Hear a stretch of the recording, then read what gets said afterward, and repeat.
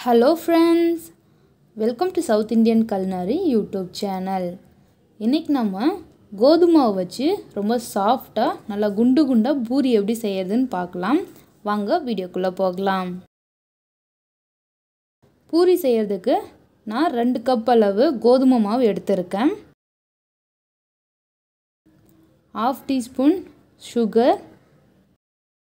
1 teaspoon ரவை, உப்பு தேவையான அளவுக்கு சேர்த்துட்டு இதில் தண்ணி சேர்த்து மாவு நல்லா பிசைஞ்சுக்கலாம். தண்ணி கொஞ்சம் கொஞ்சமாக சேர்த்து பிசைங்க, அப்போ தான் நல்லா திக்காக நமக்கு கிடைக்கும். நம்ம சர்க்கரை ஏன் சேர்த்தோன்னா சர்க்கரை சேர்த்து நம்ம செய்யும்போது டேஸ்ட் நல்லாயிருக்கும். ரவை சேர்த்தோன்னா நல்லா கலர் கிடைக்கும் நமக்கு. அது மட்டும் இல்லை, கொஞ்சம் நல்லா மொறுமொறுன்னு இருக்கும், அதுக்காக ரவை சேர்த்துருக்கோம். இதில் தண்ணி சேர்த்து நல்லா கெட்டியான மாவு பதத்துக்கு இதை பிசைஞ்சிக்கலாம். பாருங்கள், இது மாதிரி பிசைஞ்சிட்டு இதில் ஒரு 1/4 டீஸ்பூன் அளவுக்கு எண்ணெய் சேர்த்துக்குங்க. எண்ணெய் சேர்த்து நம்ம பிசையும்போது நல்லா சாஃப்டாக இருக்கும். நல்லா இதை அழுத்தி பிசையும்போது கையில் ஒட்டாமல் வரும். பாருங்கள், இது மாதிரி மாவு நல்லா அழுத்தி பிசையணும். அப்போ தான் நமக்கு நல்லா சாஃப்டாக நமக்கு பூரி கிடைக்கும், நல்லா உப்பி வரும். பாருங்கள், இது மாதிரி நல்லா ப்ரெஸ் பண்ணி இந்த மாவு நல்லா சாஃப்டாக பிசைஞ்சு எடுத்துக்கோங்க. இது மாதிரி மாவு நல்லா சாஃப்டாக பிசைஞ்சிடணும். பாருங்கள், நல்லா இப்போவே சாஃப்டாக இருக்குது.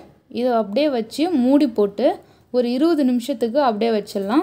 அப்போ இன்னும் நமக்கு நல்லா சாஃப்டாக கிடைக்கும் பூரி. பாருங்கள், 20 மினிட்ஸ் கழித்து நான் ஓப்பன் பண்ணுறேன். நல்லா மாவு சாஃப்டாக ஆயிடுச்சு. பாருங்கள், நல்லா சூப்பராக இருக்குது. இப்போ இதில் நம்ம பூரி உருட்டிடலாம். அதுக்கு ஒரு பூரி கட்டியில் லைட்டாக மாவு தூவிக்குங்க. மாவு தூவிட்டு மாவு நல்லா ஸ்ப்ரெட் பண்ணி விட்டுட்டு அதுக்கப்புறம் நம்ம உருட்டி வச்சுருக்க மாவில் கொஞ்சமாக எடுத்து பூரி செஞ்சுக்கலாம். நம்ம பூரி கட்டியில் மாவு போட்டு உருட்டலாம், அப்படி இல்லைன்னா எண்ணெய் வச்சும் உருட்டுவாங்க. நீங்கள் எண்ணெய் தடவி உருட்ட தந்தாலும் உருட்டிக்கலாம், அப்படி இல்லைன்னா மாவு போட்டும் உருட்டிக்கலாம். பாருங்கள், நல்லா தட்டையாக உருட்டியாச்சு. இப்போ இதில் இது மாதிரி ஒரு டிஃபன் பாக்ஸ் எடுத்துக்கங்க. இந்த டிஃபன் பாக்ஸ் வச்சு நம்ம கட் பண்ணும்பொழுது எல்லா பூரியும் ஒரே ஷேப் நமக்கு கிடைக்கும், நல்லா ரவுண்டாக அழகாக இருக்கும். ஸோ அதுக்காக இது மாதிரி டிஃபன் பாக்ஸ் வச்சு நம்ம கட் பண்ணி எடுத்துக்கலாம். பாருங்கள், ரொம்ப சூப்பராக நமக்கு ரவுண்ட் ஷேப்பில் பூரி கிடச்சிருக்கு. இதில் இருக்க மாவு எல்லாமே நல்லா தொடச்சிருங்க. இது மாதிரி நம்ம 2 பக்கமும் கையில் மாற்றும் பொழுது மாவு எல்லாமே கொட்டிக்கும். மாவு தொடச்சிட்டு எண்ணெயில் போடுங்க, அப்படி இல்லைன்னா எண்ணெய் எல்லாமே கருப்பாயிடும் இதில் மாவு ஒட்டி இருந்ததுன்னா. ஸோ அதனால் இது நல்லா இது மாதிரி மாவு இல்லாமல் தொடச்சிட்டு அதுக்கப்புறம் நம்ம சூடாக இருக்க எண்ணெயில் போட்டு பொரிச்சிடலாம். எண்ணெய் நல்லா சூடாக இருக்கணும். இதில் போட்ட உடனே நல்லா உப்பி வரணும்.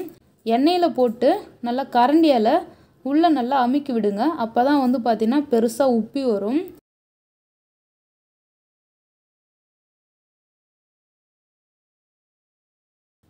மேலே கொஞ்சம் எண்ணெய் அள்ளி ஊற்றினீங்கன்னா அது நல்லா கலர், மேலேயும் நல்லா கலர் செவந்து வரும், அடியிலையும் நல்லா கலராக வரும்.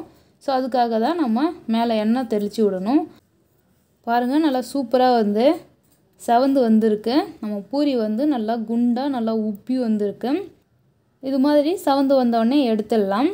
அவ்வளோதான். பாருங்கள், ரொம்பவே சூப்பராக நமக்கு பூரி உப்பி வந்திருக்கு. இது மாதிரி நம்ம எல்லா பூரியும் சுட்டு எடுத்துக்கலாம். அவ்வளவுதான். ரொம்ப ரொம்ப ஈஸியாக, ரொம்ப சாஃப்டாக, நல்லா ஃப்ளஃபியாக நமக்கு பூரி கோதுமாவிலே ரெடி ஆகிடுச்சு. இதை கண்டிப்பாக இதே மாதிரியே ட்ரை பண்ணி பாருங்கள். ட்ரை பண்ணி பார்த்துட்டு எப்படின்னு உங்கள் ஃபீட்பேக் எனக்கு கமெண்ட் பண்ணுங்கள். இந்த வீடியோ பிடிச்சிருந்ததுன்னா லைக் பண்ணுங்கள், ஷேர் பண்ணுங்கள். மறக்காமல் சவுத் இண்டியன் கல்னரி யூடியூப் சேனலை சப்ஸ்கிரைப் பண்ணிவிடுங்க. தேங்க்யூ ஃபார் வாட்சிங்.